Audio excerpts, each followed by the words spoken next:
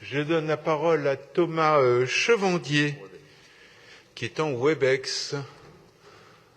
C'est parti, Thomas. Absolument. On te voit, on t'entend. Merci, monsieur le maire, chers collègues.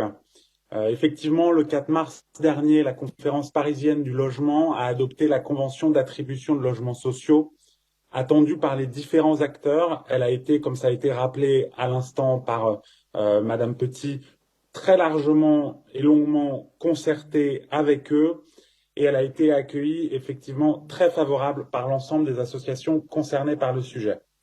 Cette convention pose le principe du renforcement de la territorialisation des attributions de logements sociaux selon des objectifs et des modalités qui s'appliquent à tous les réservataires et à tous les bailleurs à Paris. Désormais, est-ce que vous m'entendez ? On t'entend Est-ce que vous parfaitement, m'entendez ? J'ai Thomas. l'impression que ma connexion est instable. Non, mais on t'entend. Ok. Donc, Désormais, au moins 25% des attributions situées hors quartier politique de la ville doivent être attribuées au premier quartile. Au moins 25% des attributions de chaque réservataire doivent bénéficier aux demandeurs reconnus DALO. Au moins 50% des attributions de chaque réservataire dans les quartiers politiques de la ville doivent bénéficier aux demandeurs n'appartenant pas au premier quartile, le tout pour favoriser la mixité sociale.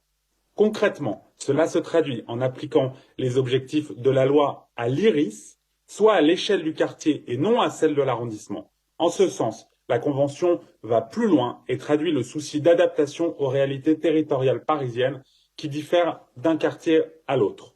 Notre fil rouge étant d'agir en faveur de la mixité sociale et d'éviter la paupérisation qui conduirait à concentrer les ménages les plus pauvres dans les mêmes endroits. À titre d'exemple, je rappelle l'étude de 2019, l'étude récente de la PUR, selon laquelle 3 arrondissements concentraient pratiquement 50% des logements sociaux, le 13e, le 19e, le 20e, qui accueillent chacun plus de 35 000 logements sociaux, alors que, au hasard, le 7e arrondissement n'en compte à peine plus de 600, ou le 8e, à peine plus de 700.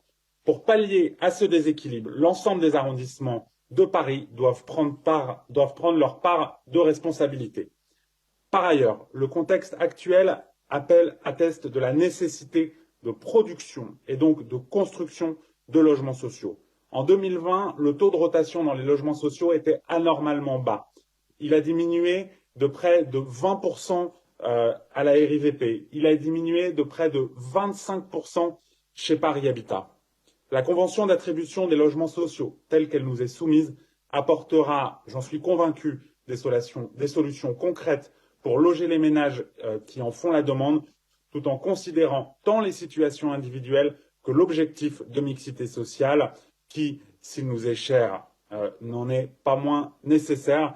C'est pourquoi je voterai, et les collègues du groupe Paris en commun, nous voterons en faveur de cette délibération. Je vous remercie. merci beaucoup, Thomas Chevandier.